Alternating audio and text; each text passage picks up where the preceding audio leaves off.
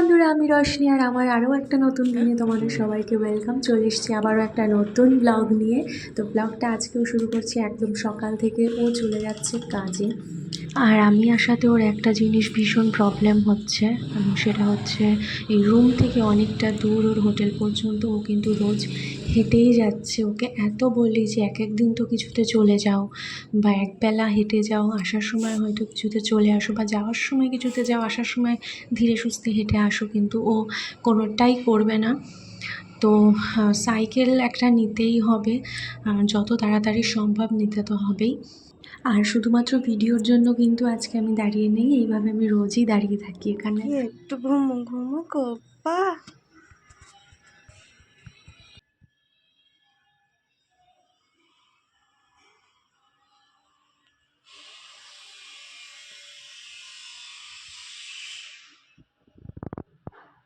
তুতুনের মা গেছে ওর দিদিকে স্কুল থেকে আনতে, তো এই সময় ও রোজ আমার কাছেই থাকে। আর এইভাবে কোলে ঘুমিয়েও পড়বে, তারপর আমি ওকে শুইয়ে দিয়ে আমার কাজ শুরু করব। রোজই ভাবি কি করব, তো আজকে কি নিয়ে বসছি দেখো, এই যে কাঁচকলার ছোকলাগুলো আছে, আর সেই গাটি কচু যেটা বাঙালি মার্কেট থেকে নিয়ে এসেছিলাম, সেই গাটি কচু এই অল্প কটাই আছে, আজকে করে ফেলবো। তো বাড়ির মতো একটু করতে চাই, কিন্তু বাড়ির মতো আর কিছুই হচ্ছে না, মানে পুরোপুরি সেরকম আর হচ্ছে না, জানি না কেন। যেই জিনিসগুলো বাড়িতে যেরকম হতো সেরকম কিন্তু আর হচ্ছে না বলে যে চেষ্টা করব না তা নয়, চেষ্টাটা কিন্তু আমি করবই। তো সেমভাবে আমি কলার ছোকলাগুলোকে আগে সরু সরু করে কেটে নিচ্ছি। তারপর দেখো, পুরো ভিডিওটা দেখতে থাকো, পুরোটাই বুঝতে পারবে তোমরা কী করছি।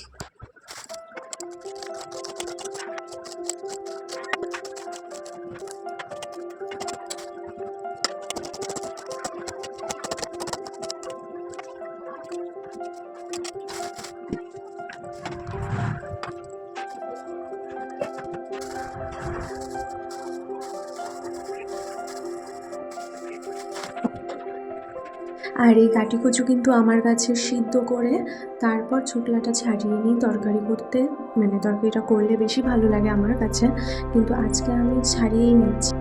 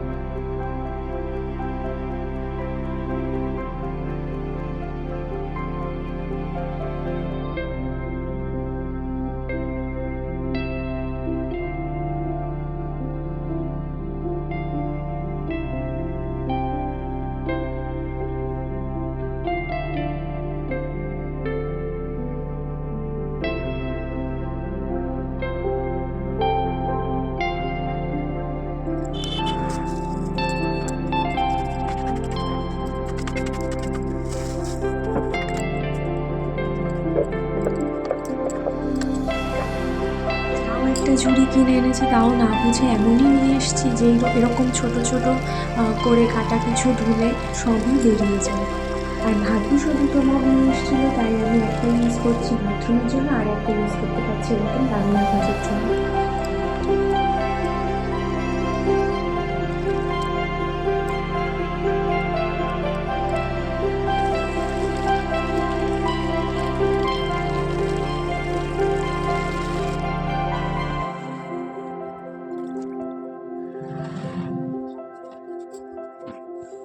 এবার তরকারির জন্য এই ছোটো ছোটো দুটো আলু, ধনেপাতা আর এই লঙ্কাগুলো কেটে নেব। আর এখানে একটা জিনিস বলি, তরকারি আনতে মানে কিনতে গেলেই কিন্তু, সবজি কিনতে গেলেই কিন্তু লঙ্কা আর ধনেপাতা এরা এমনিই দেয়, মানে ফ্রি ওটা দেয়, কিনলেই কোনো সবজি কিনলেই দেবে তোমাদের। আর লঙ্কা প্রথমে এরা মোটাটাই দেবে, তুমি না বললে, তুমি যদি বলো আমাকে সরুগুলো দাও তাহলেই সরুগুলো দেবে। আর কোনো লঙ্কা আমি নিইও নি, তাই এগুলোই কুচিয়ে দিতে হবে আমাকে। এই লঙ্কাগুলো দেখতেই এরকম সুন্দর বড় হয়, কিন্তু আদতেও কোনো ঝাল নেই, তো তাই আমি পুরোটাই কেটে দিয়ে দেবো।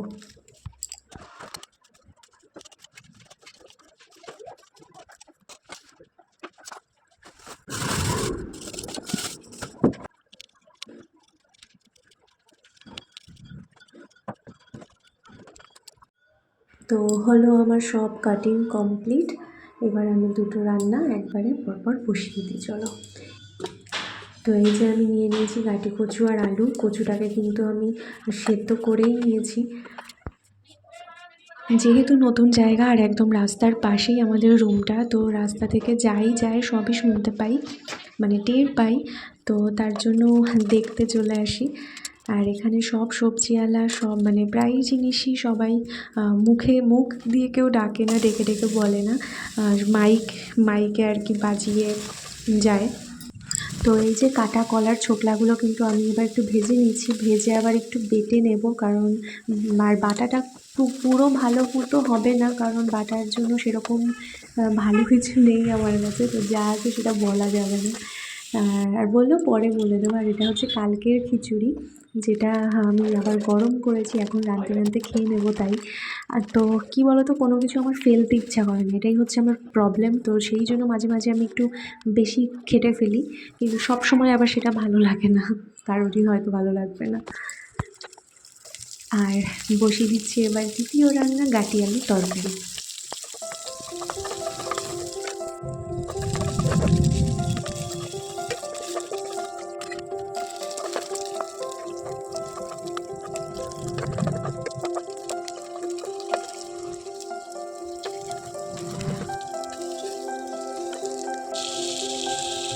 তরকারিটা মানে গাঁটি আর আলুটা কিন্তু আমি কষিয়ে নিয়েছি, আর চালও ভিজিয়ে রেখেছি। এবার দিয়ে দেবো একটু চিনি, কারণ সব কিছুতেই চিনি আর নুনের পরিমাণটা একটু ঠিকঠাক ব্যালেন্স হলে কিন্তু রান্না ভালো লাগে সব কিছুই। আমি একটু সব কিছুতেই চিনি দিতে পছন্দ করি। আর এই যে হচ্ছে দেখো সেই বাটা কলার ছোকলা বাটা, আর এই যে তরকারি হয়ে গেল আমার রান্না। আর বৌদি আজকে দিয়ে গেছিলো একটু পনিরের তরকারি। এবার আমি আমার স্নানের জন্য জলটা গরম করে নেব। আর আমার মাথার অবস্থা দেখে বোঝাই যাচ্ছে না যে আমি স্নান করেছি, বাট আমি স্নান করেছি। আর এখানে এতটাই ঠান্ডা, বিশ্বাস করো, তোমার যেটুকু দরকার সেটুকু কাজ বাদে তোমার আর কিচ্ছু করতে ইচ্ছে করবে না। আর আমি আবার চাদর পরে চলে এসেছি একটু রোদে দাঁড়াতে, কারণ এই সময় একটু রোদটা পাওয়া যায় একটা কি 1:30 থেকে 4টে 4:30 পর্যন্ত তোমার রোদ থাকে এখানে। তো যেটা এই সময়টুকুই আমার একটু ভালো লাগে, বাকি সারাদিন যেভাবে কাটে। আর দেখো চলে এসছে কাজ থেকে এসেই মেঘা ছিল আমাদের ঘরে, তো কাকা বসে পড়েছে ওকে নিয়ে ফোন দেখতে। এবার আমরা একটু বেরোচ্ছি, বাজারের দিকে যাচ্ছি, বাঙালি মার্কেটে নয়, এখানেই বাজারের দিকে যাচ্ছি। তো চলো একটু যাই।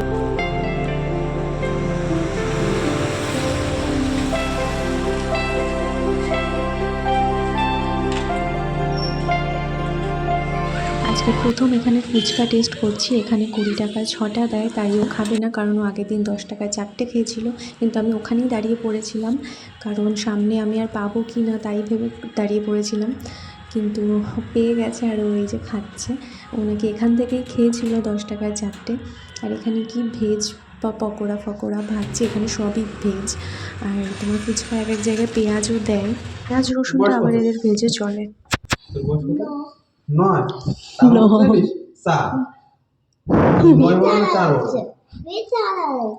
বিশ্বাস করে না, 9 বড় না 4 বড় আমার বলতো, 4 না আমার 5 দেখবি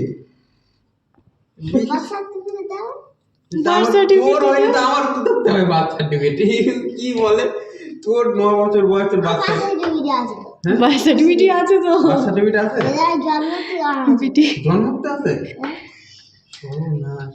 তাহলে আমার তো তোমার নেই, তাহলে আমার মনে হয় বাড়ি রয়েছে, তাহলে বাড়ি থেকে আমি গিয়ে নেব, দেখি আমার 5 বছর বয়স। বাড়িতে দূরে, বাড়িতে দূরে দেখি হয়েছে, সকালে যাবো দিনে চলে আসবো। একদিন লেগে যাবে, চল বাবার স্কুটিটা নিয়ে যাবো, তাড়াতাড়ি হয়ে যাবে। ট্রেন তো ঘুরে ঘুরে যাবে, আমি তো শর্টকাটে যাবো গলির মধ্যে দিয়ে।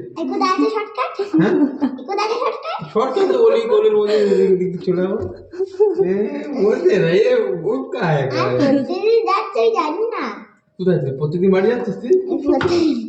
এটুকু বাইরে থেকে ঘুরে এসেই কিন্তু আমার অনেকটা ভালো লাগছে। তো ভিডিওটা ভালো লাগলে তোমরাও একটা লাইক করে দিও। দেখা হচ্ছে আমার নেক্সট ভিডিওতে।